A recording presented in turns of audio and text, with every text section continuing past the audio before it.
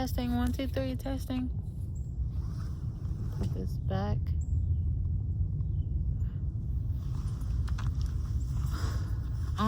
Hello everybody. I am currently at a park on a partially wet bench because, as you can see, it snowed yesterday and the day before that. Nobody's here, and it's usually a lot of people here.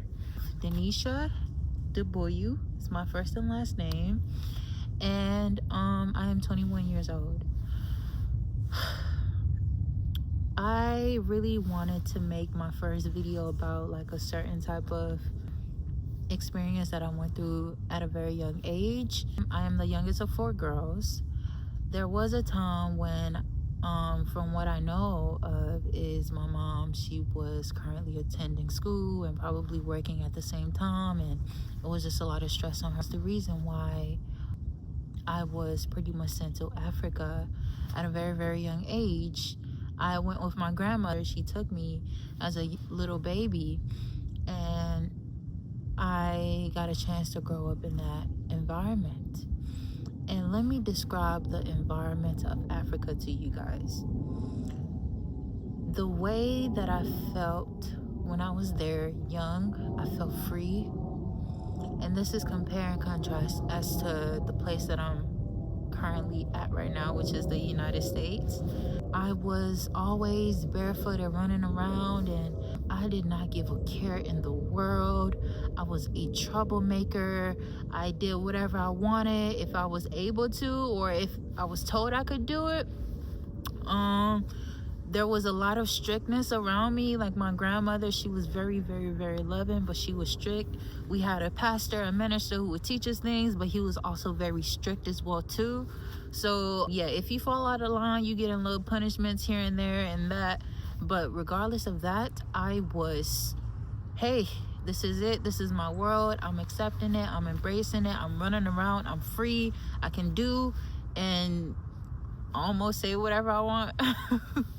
But at that time, there wasn't anything that I couldn't say. There wasn't anything that I felt like I knew knowledge about that I feel like I could go boast about it or go be rude about it or so and so and so and such. But yeah, I was a troublemaker. I was very, very fierce. I was like always getting into trouble, literally fighting all the girls in the yard, and every single time we play games, it would be me. I mean, I was I was the shit almost.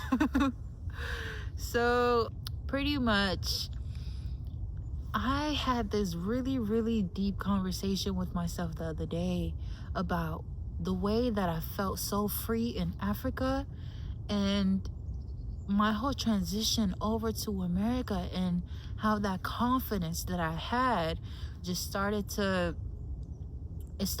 fade, or I just started to cover it up just little by little incidents that would happen. I'm in Africa without my sisters, without my mother and my father, but yet I have no worries, no complaints, no voices in my head telling me, oh, your parents don't love you, or they sent you out here because they don't love you, and why are you here, and why are your sisters not here with you? I did not think that, not even 1 second while I was there. My grandma, she would show me pictures of my sisters, all of them in a family photo looking nice, Christmas, and I'm like, oh, she's pretty, she's cute, or that's my sister. Which one is the oldest? Which one is the middle? I mean, I was curious about those things. I did not have it in my mind that I was ever being neglected, as I want to say some younger children in America would feel if they would have had to go through that experience. But it's not them moving to a foreign country, it's just them moving away from their family, but they don't have any idea as to why and what happened. So I didn't have any worries or cares in the world, and that is all that mattered, right? I did not want to leave. I have friends there. I had this one really great friend, Asatu, may her soul rest in peace. Asatu was my best friend. Sadly, we lost her. But I wanted to move on, as in I felt a energy. I felt a fear. There were posters that was posted around like the trees and da da da, and I would hear like it was weird. And from my imagery, there was a poster. It was just a drawn animated, and it was a guy with like a snake going through his mouth and through his nose. And honestly, I felt as though that was going to be taking place, that was going to start to happen to people. But other than that, I just did not feel too safe. And I wonder if it was really just because of that poster itself, or really just like another energy that I really felt that now that my parents want me to come back to America, I don't mind going, but I would rather stay, but I wouldn't mind going either. So honestly, transitioning from Africa all the way to the United States, took the flight and everything. There was little culture shock here and there because everything, the people, the food was just so different. And I did not know at the time. My young self, confident, literally like so came into this environment where she pretty much did not know what was really going on inside her family or with her family. So there was a whole lot of trauma going on. My sisters, my mother, my dad, I almost said brother. I don't have a brother. My dad, everybody was going through their own things. And I came in and I was myself. I was rude. I was loud. I had my African accent on me, and I would just say whatever I felt, and I don't know. I was Denisha. But then slowly, gradually, my sisters, just trying to get along with them, I saw that we had a lot of differences.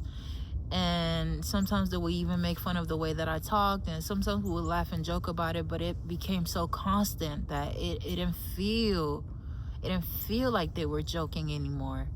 And even when I did tell them to stop doing that, I'm already experiencing like this little disparity at school where children are also making fun of the way that I speak. I don't want y'all to be doing that, but how can I word it to them in that way than just yelling stop? Yeah, it never stopped. So constant repeat of that. And I was still rude and loud and wanted to do everything my way, or not even wanting to do everything my way because I'm still trying to adapt to this world, this new world. But I wanted to go back home. My mom was not happy. My father was not happy. My sisters were not happy. I didn't feel like I needed to be there. I didn't want to be there. And I would just have these little rants and fits where I would be like, Dad, I want to go back to Africa. And he would be like, pack your stuff, let's go. Pack your stuff, let's go. And since you want to go back to Africa so bad, I would literally pack my stuff. And when I got to the door, he would literally be like, oh, we're not going anywhere. I'm like, I was devastated. Literally. Hi. But yeah, literally devastated. So I really just started to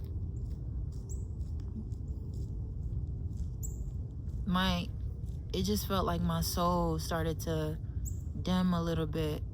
There was a situation, my parents, they were going through a divorce, and there would be times when I felt like everybody was just so separated, and I was just in the middle of that. There was a time when my mom, she locked my dad out the house, and she literally put a piano at the door so that he would not be able to get in, even if he did have the keys. And my young little self, dad knocking on the door early in the morning, and I'm trying to open the door to let him in, and he's like, let me in the door. And my mom and sisters, they're like, don't open the door, don't open the door, don't open the door. I did not care what was going on at the time, but I did know that I wanted to let my dad inside the house. And it was just such a toxic environment that I don't know how to communicate with my sisters. I don't know how to communicate with my parents. We are a Christian family. My mother is a minister. My father is a minister.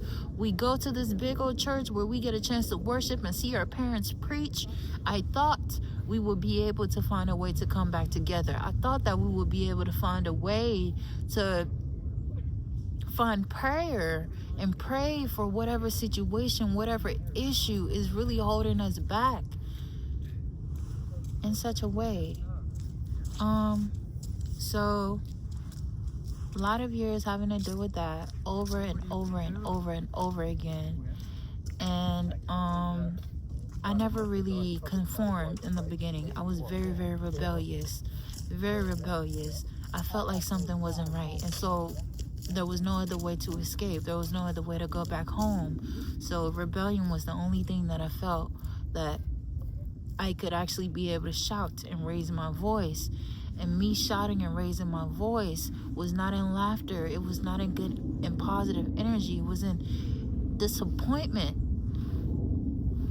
disagreement, unsatisfaction. What the heck is going on? What do I do? What part do I play in this? What can I say? So a constant back and forth of the same thing over and over and over and over again.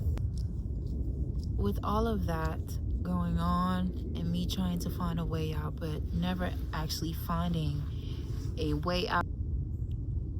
Only way to go out was to just really, I don't know. The issues that were going on, I really just started to blame myself for it, and it just got to a point where I became very, very quiet. I never really took up this world as part of myself, this part of this world, and I became super duper quiet. I would not speak, and you'll literally have to, ask me to speak or da-da-da, and I didn't know what to do. I didn't know where else to go. There was nobody that I could really confide in. Just having little calls back home to Africa with grandma and explaining to her exactly what was going on. But what could she do? She's all the way there and I'm all the way here. And there was just so many things that I didn't understand at the time, but I do know how I felt. At school, it became really quiet. Got a little bullied here and there from school and everything, and having to adapt to the food and the people and the way that they talk and the way that they communicate. And I felt like there was nothing else to be said. I feel like nobody would listen, and when I did try to speak, nobody listened. So I didn't really see the point in trying anymore. So I just decided to fall back, and all the issues and problems and everything that's going wrong around me, I didn't have nobody else to blame. I didn't have nobody else to point the finger at. So I took it out on myself. Who else? Who else do we take it out whenever we're feeling these emotions, these strong emotions, when we feel trapped, like we don't know what to do? And the people that we call family, or people that are supposed to be there for us, are going through their own things that they can't even see how to help you or figure out how to dig you out of your ditch or whatever. I don't know, but I started to take everything out on myself, and the food and the environment, my skin, my beautiful chocolate skin, started to break out to these new chemicals in my body that I was consuming every single day. School lunches and all these other unhealthy foods and snacks. They tasted good, so why not keep eating them? And my skin is getting worse and worse and worse, but it's probably just because I'm allergic to peanut butter, right? I'm not allergic to peanut butter. I've never been, but the contents and what they make it here is crazy, crazy bad. It can break anybody out.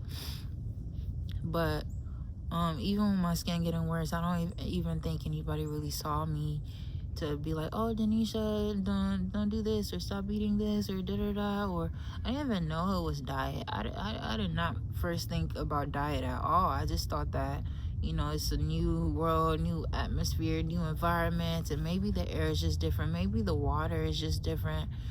And yeah, all of that played a part, but I just started to change, and I started to hate how I look and who I was as a person, because I didn't feel like I had anything with me, not even a personality or just a sense of who I was, because at that age, 12, 14, 15 years old, I wasn't looking for who I am or who I want to be, or all of those topics were very alien to me. I just wanted to feel good and have fun and be happy. I mean, what else could I possibly want? But because things were going in such a left direction, I started to find like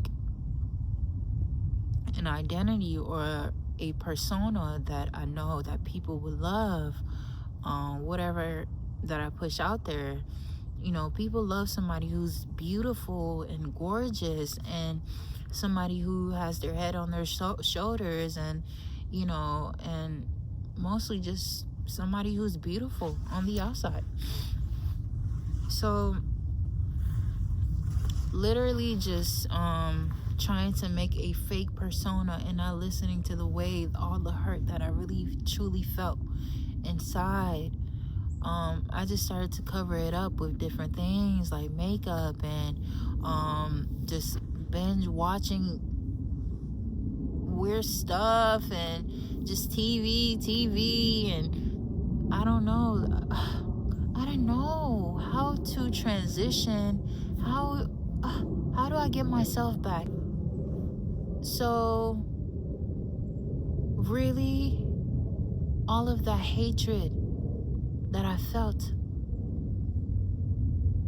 just spewed out, not just physically, mentally, spewed out on my skin, spewed out on my body, just breakouts everywhere. And I really just did not know how to find a solution for this, because I just felt trapped and just felt like I was trying to make my situation better, and whatever it is that I'm doing today, I'm making my situation better, and trying to figure out who I really want to be and putting on this fake persona is definitely going to bring me a whole lot closer to exactly who I want to be, the woman who has everything. She's cool, she's fabulous, and she's just confident and all the good stuff.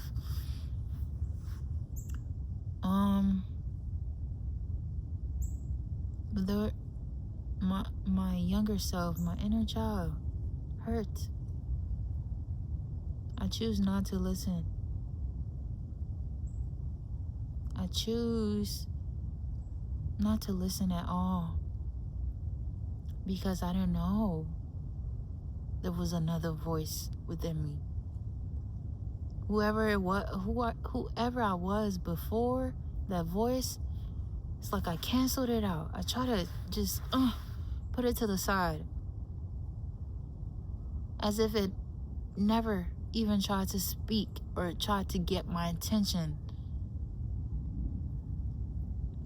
So this constant feel of just not being good enough, and nobody loves me, or just this constant negative self-talk just spiraled in that for years and years and years and years. And like I said, who else do I have to blame other than myself? Me. I'm the reason that things are happening this way. I'm the reason that my parents divorced. I'm the reason. See how I'm starting to turn everything inward instead of actually looking at the situation and loving myself despite that. I can talk like this in this type of tone because I have spoken with myself about this, and she has literally told me, she cried with me, and I let her know that she is heard and that she is seen and that she is loved, and whatever issues that was going on around me that I felt like that I couldn't control. If it was out of my control, then just let it be out of your control. Don't try to fix it. Don't try to put it back onto yourself, because it's not you. It's not your sisters. It's not your mothers. Everybody was going through their own different thing, and I can't point fingers. Nobody was right. Nobody was wrong either. We were all just lost. We really didn't know how to find our way to the light. We all were living in our own trauma, just trying to work around it and circle around it and hoping one day, just one day, everything is going to get better. The thing about trauma, when we are young, I believe everything happens when we are young. We store all of that information because we're so much more alive when we are young, when we are children. Trauma is not just all bad. It's the good, the light that we are looking for and seeking. And I don't know, darkness just spiraled around it. Meaning, if you are a child who is always told you want to express yourself, but you're always told to not be too loud and don't be shouting, or you get whoopings because you're too loud and you're just too chaotic and whatnot, and whenever you're not, you get rewards and you get, hey, oh, I bought this for you, you can have this, I made your favorite meal, all that good stuff. You get a reward for throwing out this loud and, want to do everything messy, chaotic. You get a reward for being quiet, for sitting still, for doing what your parents or what the adults in your life tell you to do. You get a reward. It's that bad thing that it's just because of that we choose to stay. We're getting something good. Nobody wants to be yelled at. Nobody wants to be told no. Nobody wants to be told that they're worthless. Nobody wants to be excluded out of the family just because they're not conforming to what the family originally does, or the rules and boundaries that they have set in the household. But whenever you do good, or you do good in somebody's eyes, they're definitely going to award you and acknowledge you and maybe give you sweet words and sweet compliments, and you remember that. And because you want that so much, that light, you decide to erase or throw away that part of yourself. And that could be a situation that happens repeatedly to you. Doesn't matter the situation, but just being around people who they don't understand either. They don't understand what they're doing. So it's just a cycle, and you really just have to get to a point where everything is just the same repeatedly, and you will be able to have the strength to break that cycle, whatever that cycle is, whether it's family issues that you had to deal with, whether it's internal issues that you ever had to deal with. Just love yourself, even if you don't know how. Figure out how to. You can, yes, you can read or whatever. You can meditate. You can definitely meditate. But you can also speak to yourself. You can also ask yourself questions. Ask yourself anything you want to know and be honest with yourself, because that is the only way that we will ever be able to move forward with ourselves and with each other. Honesty. Just spill it out. Dude, just say it.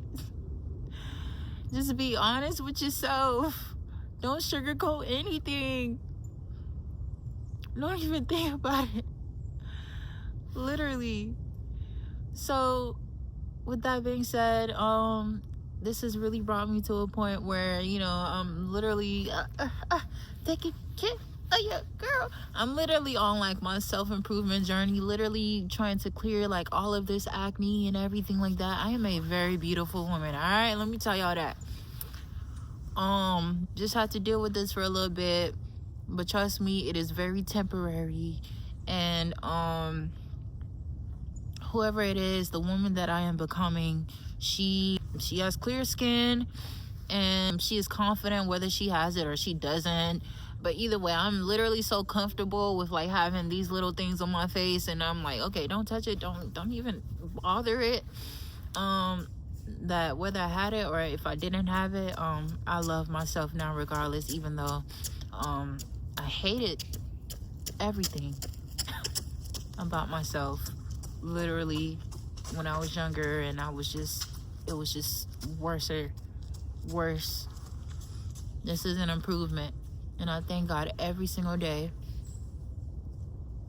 and I hope he hears me every single day that everything,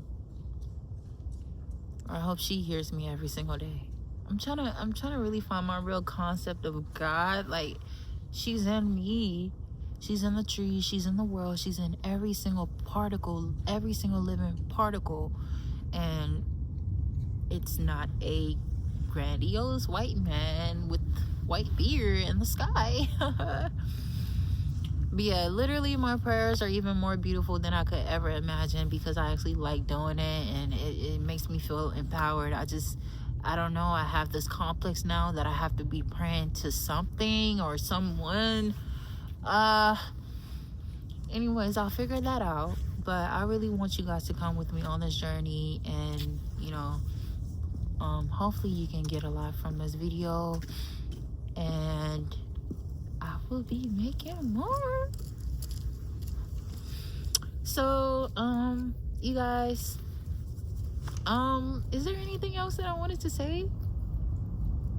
Yes, about asking yourself the right question. All right, you guys, so about the questions that I talked about earlier, you got to know how to ask yourself the right questions whenever you are feeling anger or sadness or just uncertainty about a certain situation or a certain someone. Starting with honesty is definitely always going to spew out the right answer so that you can navigate through whatever situation it is that you're going through.